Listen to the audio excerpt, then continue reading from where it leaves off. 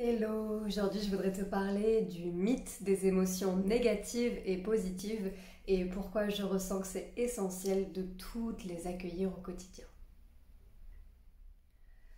Alors il faut savoir que dans les sociétés occidentales que l'on connaît aujourd'hui, l'influence de philosophes comme Descartes par exemple, je pense donc je suis, nous ont vraiment laissé un bagage de dualisme en fait. Catégoriser les choses, différencier les choses et catégoriser finalement le positif d'un côté et le négatif de l'autre. Il y a beaucoup de jugements de valeur dans nos sociétés. C'est pas quelque chose que je vais t'apprendre, je suppose que tu peux le ressentir aussi. Et il n'y a qu'à voir dans l'organisation d'une administration ou d'une institution, tout est compartimenté. Chaque personne a son rôle, même dans le milieu médical, chaque spécialisation se concentre uniquement sur son thème et personne ne collabore dans le sens de la santé ou dans le sens de l'évolution positive d'une entreprise si on parle d'une compagnie. Donc finalement, dans plein de domaines différents de notre vie de tous les jours, cette distinction, cette division, elle est là, elle existe énormément. Et donc avec ce genre de vision de la vie, rien de plus normal que nos émotions, que l'on a déjà du mal à accueillir, à comprendre, bien elles aussi elles soient divisées en deux. Et donc on a d'un côté les émotions positives, la joie, l'enthousiasme, la positivité, le bonheur, l'amour, et puis on a le côté négatif, les émotions dites négatives, le deuil, la colère, la dépression, l'anxiété, l'ennui. Voilà, tout ce genre de ressenti en fait, qui je trouve nous apportent énormément, nous apprennent énormément.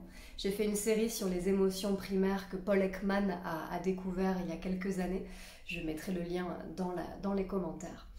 Et je trouve qu'en fait l'opportunité d'apprendre de chaque émotion, moi dans ma vie elle me permet de me rappeler qu'en fait cette idée de positif et de négatif, elle vient neutraliser la beauté, la puissance et l'importance de toutes les émotions.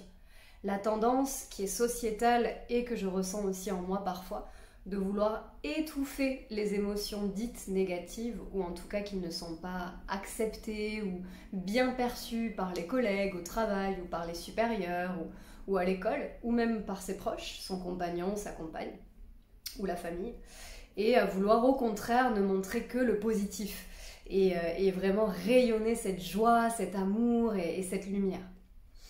Alors qu'on se le dise, je trouve ça aussi beaucoup plus détendu dans mon corps, beaucoup plus agréable de ressentir ces émotions dites positives ou d'accueillir quelqu'un qui est dans cette dynamique-là, plutôt que de ressentir de la colère avec le ventre qui se serre ou de la dépression ou de l'anxiété, ou aussi accueillir quelqu'un qui vient me déposer une émotion lourde. Voilà, il n'y a pas photo, enfin tu vois dans le corps, je le ressens quoi, c'est là, c'est ok.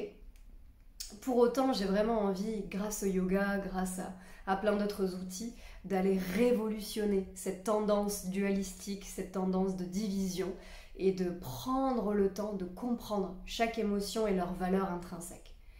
Et si on prend la colère, par exemple moi à l'école j'ai souffert de beaucoup de critiques des professeurs ou de la direction, comme quoi j'étais rebelle, ou j'étais toujours à me plaindre, toujours en colère. À l'époque, j'avais aucune intelligence émotionnelle, je n'avais pas eu l'espace pour apprendre là-dessus. Et donc, je ressentais là cette pression en permanence, ou cette anxiété, mais vraiment cette colère, cette boule au ventre, quelque chose que c'est pas ok quoi, c'est pas juste. Ce que je ressens là, ce que je vis, c'est pas bon du tout. Et je le vois rien qu'à mes signaux du visage, il y a tout qui se crispe, je sens qu'en moi ça s'énerve en fait. Et ça, c'est très mal perçu, que ce soit au boulot, en famille ou à l'école ou dans les sociétés en général. Pourtant, la colère, elle vient justement me dire que là, quelqu'un ou quelque chose ou une situation va à l'encontre de mes limites. Et mes limites, elles sont là pour me préserver. Elles sont là pour que je survive et que vraiment je sois épanouie, je sois en pleine santé, je me sente écoutée, je me sente aimée. Donc si à un moment de la journée, je ressens de la colère, c'est pas juste pour embêter les autres autour de moi ou pour ressentir vraiment quelque chose de difficile. C'est vraiment que cette énergie, elle vient être stimulée pour m'informer que ce qui se passe autour de moi n'est pas juste pour moi. C'est pas ça que j'ai envie de vivre. Donc ça me met en colère. Donc il y a des pensées qui me disent mais il devrait quand même me comprendre, mais cette personne aurait pu faire ça, aurait dû, etc. etc. Ça s'enflamme parce que c'est vraiment ce feu à l'intérieur, mais c'est un feu de vie, c'est un feu de vitalité qui a envie d'aller dans le sens de ma justesse, de mes rêves.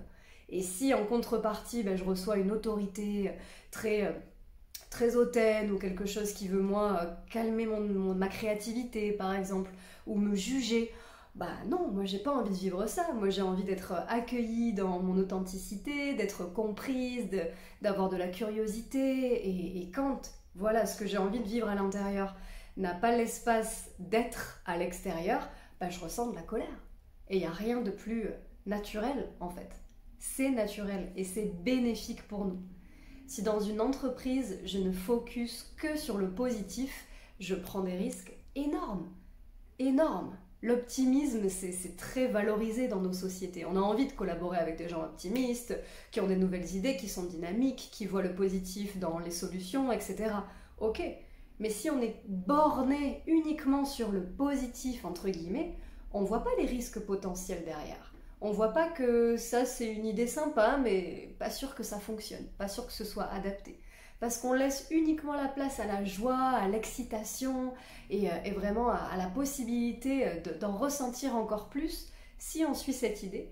Alors qu'au fond, si on équilibre, si on régule bien positif, négatif, si on accueille aussi la colère quand elle vient, ou si on accueille la dépression quand elle vient, ou même les idées suicidaires quand elles viennent, on se rend compte qu'elles nous disent que ce qu'on vit là, c'est pas ça qu'on a envie de vivre.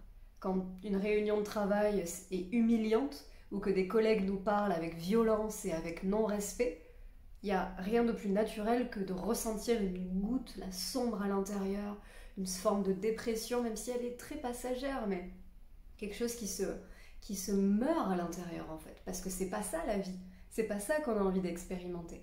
On a envie de collaborer dans des équipes qui sont respectueuses, qui sont valorisantes, et lorsqu'il y a quelque chose qui ne fonctionne pas, s'il y a de l'anxiété par exemple, c'est qu'il y a beaucoup trop de pression et de deadline et qu'on ne se sent pas capable de les suivre en fait, et d'arriver à réaliser nos tâches à temps. Ça prouve aussi qu'on n'est peut-être pas toujours soutenu, ou qu'on fait trop de choses seul et qu'un ou une assistante pourrait être le bien ou la bienvenue. Donc j'ai vraiment à cœur que tu comprennes ici que pour moi c'est un mythe de diviser les émotions positives et négatives. Pour moi ça n'existe pas, il n'y a pas de catégorisation à avoir. Certes, dans le corps il y a une ouverture différente, il y a une détente différente, une qualité aussi différente. Une texture, c'est ok. Mais sortir de cette vision de division et vraiment de jugement sur ce qu'est un ressenti. Les ressentis, ils sont là pour être ressentis. Et c'est tout.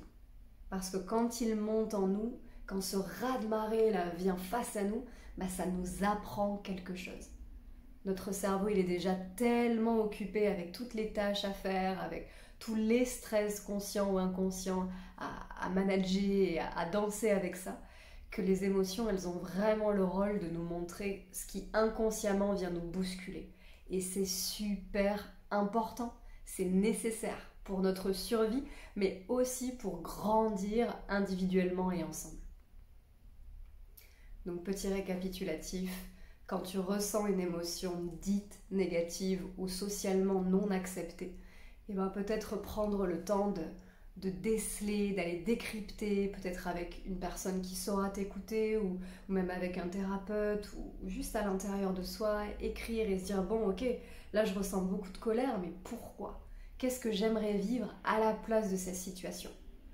Et progressivement dépatouiller un petit peu les émotions, les laisser se vivre, crier un bon coup s'il y a besoin, pleurer s'il y a besoin, et petit à petit vraiment faire monter en fait l'idée, la solution qui pourrait vraiment permettre d'améliorer les conditions de vie ou de travail en collectif.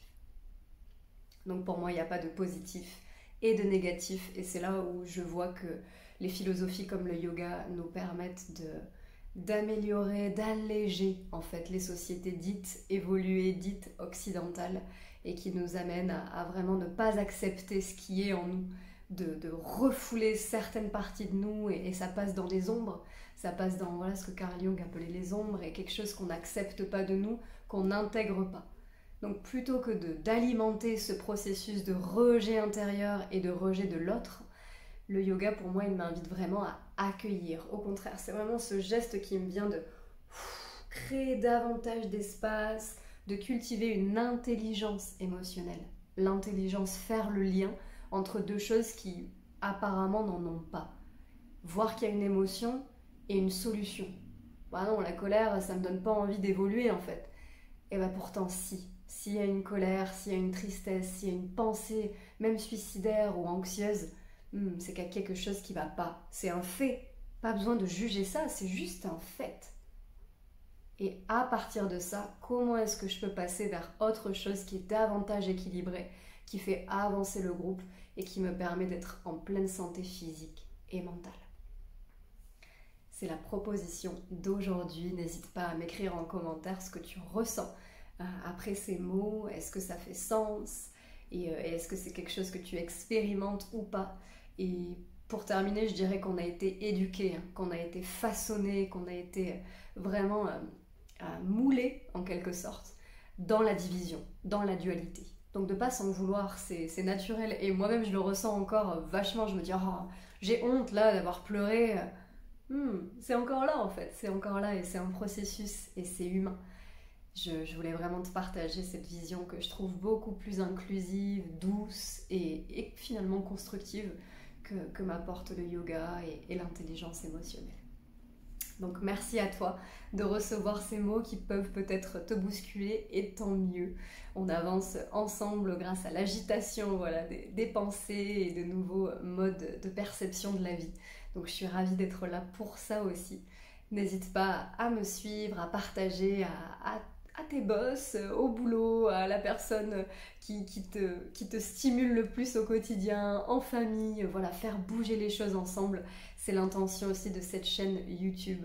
Donc merci à toi de me suivre et à très vite pour la prochaine vidéo.